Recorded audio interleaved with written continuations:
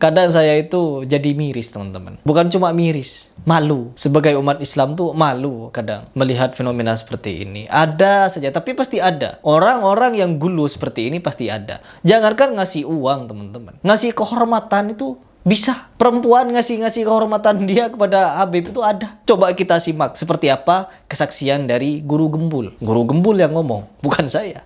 Langsung ke video. Cadar tuh di kami tuh biasa-biasa aja. Cuman masalahnya pesantren kami itu sering kedatangan Habib. Kedatangan Habib. Hah? Jadi si Habib-Habib itu sering datang ke situ, kemudian matanya jelalatan, lihat santri-santri cantik-cantik, biasanya milih. Oh. Itu bisa nggak dibawa pulang? Nah gitu, banyak di antara Habib-Habib yang datang ke pesantren itu mengatasnamakan bahwa saya ini Habib, bahwa saya punya daftar genealogis tertentu, silsilah bla bla dengan Nabi Muhammad sekian-sekian. Maka di sini ada yang cantik nggak?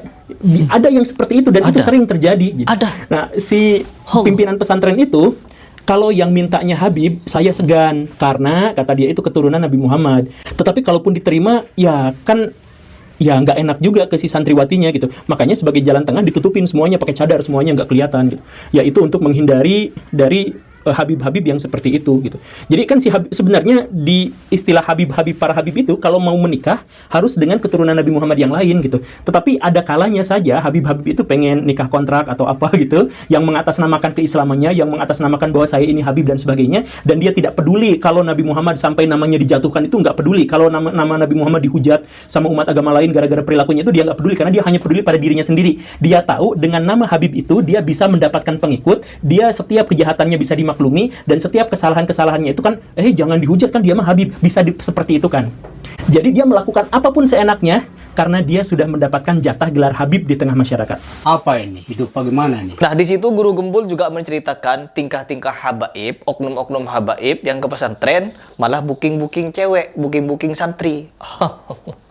Terus diapain? Dibawa kemana? Ini apa-apaan? Bolehlah kalau kalian itu pergi ke pesantren. Pergi ke pesantren, terus mau cari jodoh. Habib-habib yang masih muda, belum punya istri, ke pesantren. Cari jodoh di sana. Cari santriwati yang cantik, yang alim, yang bisa kalian nikahi. Boleh. Tapi kalau kalian cuma booking-booking dan lain sebagainya, begini, begitu. Apalagi terlebih sampai seperti yang dinyatakan oleh Pak Ubad ini ya. Kalau kalian itu datang ke sana, kalau ada oknum-oknum Habib datang ke pesantren ini, malah melihat siapapun yang cantik harus diberikan. Termasuk dari istri kiainya. Na'udzubillahi min dzalik. Kapan hari saja saya dapat informasi sangat akurat. Mohon maaf, ini perlu saya buka. Ada di daerah Cianjur, salah satu pesantren besar, Pak. Siap. Nah, kebetulan dari salah satu keluarganya Aang itu ngobrol sama saya. Siapa Aang? Kang, beberapa bulan yang lalu itu ada Habib dari Empang Bogor. Empang Bogor. Dia mendatangkan Habib-Habib dari Yaman, dari Cianjur. Nggak saya sebutkan nama pondoknya. Apa yang dilakukan oleh mereka? Selain mereka dawir, yang hebatnya lagi, lucunya lagi, bukan lucu, karena istri kiainya ini jamilah jiddan, cantik, gelis. Itu di waktu itu juga, di tempat itu, orang yang mengatakan cucunya Rasul dari Yaman ini meminta istrinya kiai. Widih. Gendeng pola, gendeng. Dengan alasan kalau tidak kau ikhlaskan, tidak ditafwidkan, dipasrahkan kepada saya, kau tidak akan dapat syafaat, katanya. Wish. Kan gendeng. Yo, namanya orang itu muhibin, karena wis kadung percaya itu duriannya Rasul, ya rela. Widih. Ini fakta nih. Allah. Kapan hari saja. Allahu Akbar, teman-teman. Hidup bagaimana nih? Kalau begini bagaimana? Dan saya di sini mau percaya tidak percaya terhadap ucapan beliau ini karena memang ada fakta dan bukti seorang Habib Toha bin Yahya. Ini sudah lama kasusnya ini kita bahas. Toha bin Yahya itu dimana ketika memimpin suatu majelis yang katanya majelis ilmu, majelis sholawat, malah di situ dia itu mencari perempuan dan berzina. Dan tidak tanggung, teman-teman. Dia melakukannya 7 kali sebulan. Dan di mana? Di musola katanya. Na'udzubillah, ya Allah. Ya, ada salah satu gedung kosong, ya, rumah kosong yang dijadikan tempat kumpul, dan itu juga dijadikan sebagai musola. Habib Toha itu melakukannya di sana. Dengan rentetan kasus yang sekian banyak ini, kita mau gak percaya terhadap apa yang disampaikan Pak Ubad ini? Dan juga disampaikan oleh Guru Gembul. Miris, ya mirisnya negeri ini itu berasa dijajah. Dijajah dengan berkedok agama. Mereka berkedok mengaku sebagai keturunan Nabi Muhammad yang ke-38. Sedangkan saya setelah mendengar pernyataan dari siapa itu? Kiai Idrus Ramli ketika datang ke salah satu makam wali, yang wali itu bisa memadamkan kebakaran di Mekah dengan cara menyiram air laut. Mana wong itu jauh dari laut, kuburannya jauh dari laut, tiba-tiba bisa memadamkan api di Mekah. Ada kebakaran katanya, nyiram pakai air laut di pantai. Emang lagi di pantai, lagi nyantai si wali, terus mendapatkan pengetahuan goib kalau di Mekah ada kebakaran lalu nyiram-nyiram. 200 tahun yang lalu katanya. 200 tahun yang lalu si wali ini apa katanya? Memiliki 9 keturunan. Mau ke 10 generasi. Ya 200 tahun mau 10 generasi sudah. Artinya setiap 100 tahun ada 5 generasi. Ya kalau 1000 tahun ada 50 generasi teman-teman. Ditambah 400 tahun berapa? 70 generasi. Dan tiba-tiba ujuk-ujuk Bahar Smith ngaku generasi ke-29.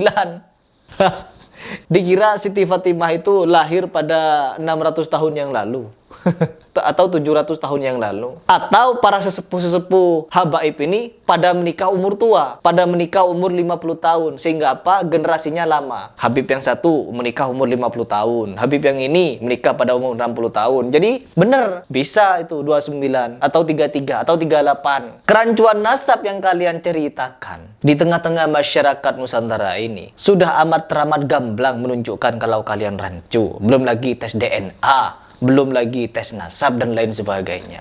Tiba-tiba mengaku generasi ke-29, 33, 38. Ngeri teman-teman. Ya, kalau kita melihat fenomena para habaib di Indonesia ini ngeri-ngeri ceritanya. Hidup bagaimana nih? Jadi kemungkinan apa yang disampaikan oleh Guru Gembul ini benar apa adanya. Karena apa? Banyak sekali fenomena seperti ini. Pencabulan-pencabulan. Bahkan ada berita-berita yang sengaja ya ditutup-tutupi begitu. Bahkan ada Habib yang bergelar Al-Atos kalau tidak salah di situ. Dia menjadi dobol, dan setelah dia menjadi dobol ngapain? Megang-megang kemaluan pasiennya. Ya, pasiennya dihipnotis di ruang tamu, tiba-tiba bangun sudah di kamar katanya. Sudah bangun di ranjang. Aduh, ini oknum-oknum Habib ini ngapain? Mau jadi apa? Mau jadi dobol? Ya dobol. Kalau nggak nipu, ya pasti cabul. Ya Allah, ya Allah. Kadang miris teman-teman. Miris na'udzubillah. Ketika kita melihat akhlak mereka ini. Jadi tidak heran sebenarnya. Meskipun saya miris, tidak heran. Di Indonesia itu banyak orang-orang awam yang mudah untuk dibodoh-bodohi. Dan kita sebagai orang yang ngajak mereka berpikir, langsung dicap Wahabi. Woi, Wahabi ente. Gini, berkelit mereka gini-gini. Pasti tuduhan mereka cuma satu, Wahabi. Selesai urusan. Seolah-olah Wahabi itu paling najis, seperti yang dikatakan oleh Syiah. أخذ إسلاحك وقاتل كل وهابي نجس. نعم أنا من أقول لك ومسؤول عن كلامي. كل من يقتل وهابي نجس أو بعثي يده متورطة في الدماء فإن أبواب الجنة ستدق له وتفتح إلى ذلك القاتل الذي إذا استشهد. فالوهابي الإرهابي الكافر الناصبي الوحشي يجب قتله. Bunuh orang-orang Wahabi itu najis itu. Jadi bekerja sama dengan Sufi atau jembatannya Syiah itu bisa membuat kalian menang melawan Wahabi. لكن الوهابية لا عندهم الصوفية، ولذلك إذا تريد أنك تنظف منطقة من الوهابية فقوي الصوفية. الاتجاه الصوفي عدو طبيعي للوهابية ونحن في هذا نتعاون معهم.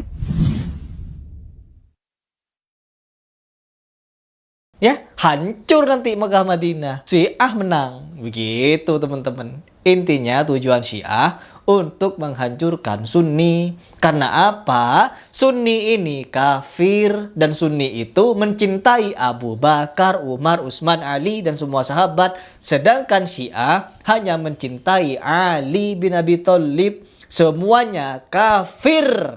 Bagi siapa? Bagi Syiah. Begitu teman-teman. ارتد الناس بعد رسول الله إلا ثلاثة. اون ثلاثة شد به اندازه مثلا 500 میلیون تقیه این کار را کرد. وإلا اگر از هم اول به سب و طعن و فلان اینها مشغول می شدیم کجا زیاد می شد. Nggak ada tujuan lain. Pokoknya label Wahabi ini dibuat oleh Syiah untuk meruntuhkan Mekah, Madinah.